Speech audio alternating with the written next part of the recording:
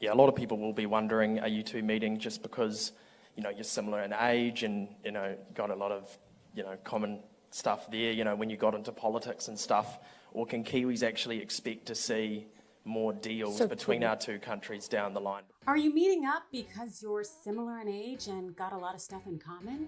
Yeah, that was a question pitched to the Prime Minister of New Zealand during a press conference where she happened to be meeting with the Prime Minister of Finland. Let's just say that male reporter got owned and then some. Welcome into TYT's Overruled. I'm your host, Adrienne Lawrence.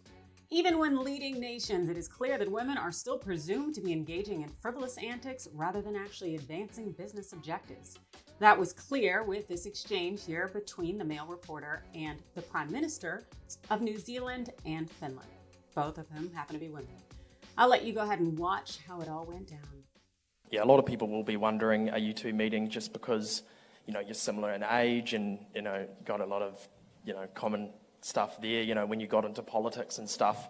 Or can Kiwis actually expect to see more deals between our two countries down the line? Because my first question is, I wonder whether or not anyone ever asked Barack Obama and John Key if they met because they were of similar age. We, of course, have a higher proportion of men in politics. It's reality. Because two women meet, it's not simply because of their gender.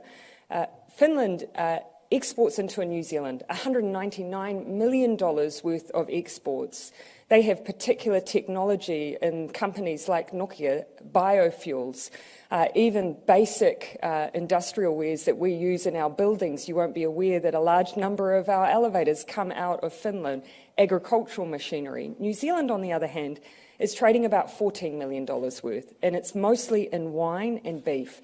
There is huge potential between us. The EU FTA is a launch pad for that, but we need to make sure that as nations, we don't just simply go through the motions of a FTA ratification, but that as individual nations, we look for the opportunities to build on that economic agreement.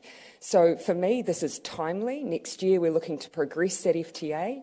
Our meeting today is a chance alongside the Prime Minister's high-level trade delegation of significant industry leaders. We really leverage the economic opportunities between our two countries. Little would be known about the depth of that relationship or the potential of it, but it's our job to further it, regardless of our gender. Yeah, we are meeting because we are prime ministers, of course, but as Jacinda said, we have a business delegation with us. We have a lot of things in common, but also a lot of things where we can do much more together. One of those things are technologies. I really worry about the dependencies that we have right now on authoritarian countries when it comes to new technologies, the digital infrastructure in our societies, and also the natural resources that we are dependent on. We have to make sure that we are not building the same traps when it comes to new technologies and digital solutions that we have right now in Europe when it comes to energy from Russia. So we have to make sure that we have the value chains, that we have the cooperation between democratic countries, especially when it comes to knowledge, know-how, new technologies. And I think this is one of the main issues that we will continue discussing later today at dinner. Clearly, the leaders of two nations are not coming together for nonsense. Did that reporter really think that the prime ministers were meeting up to paint their nails or have pillow fights? Really? Navigating gender bias is exhausting.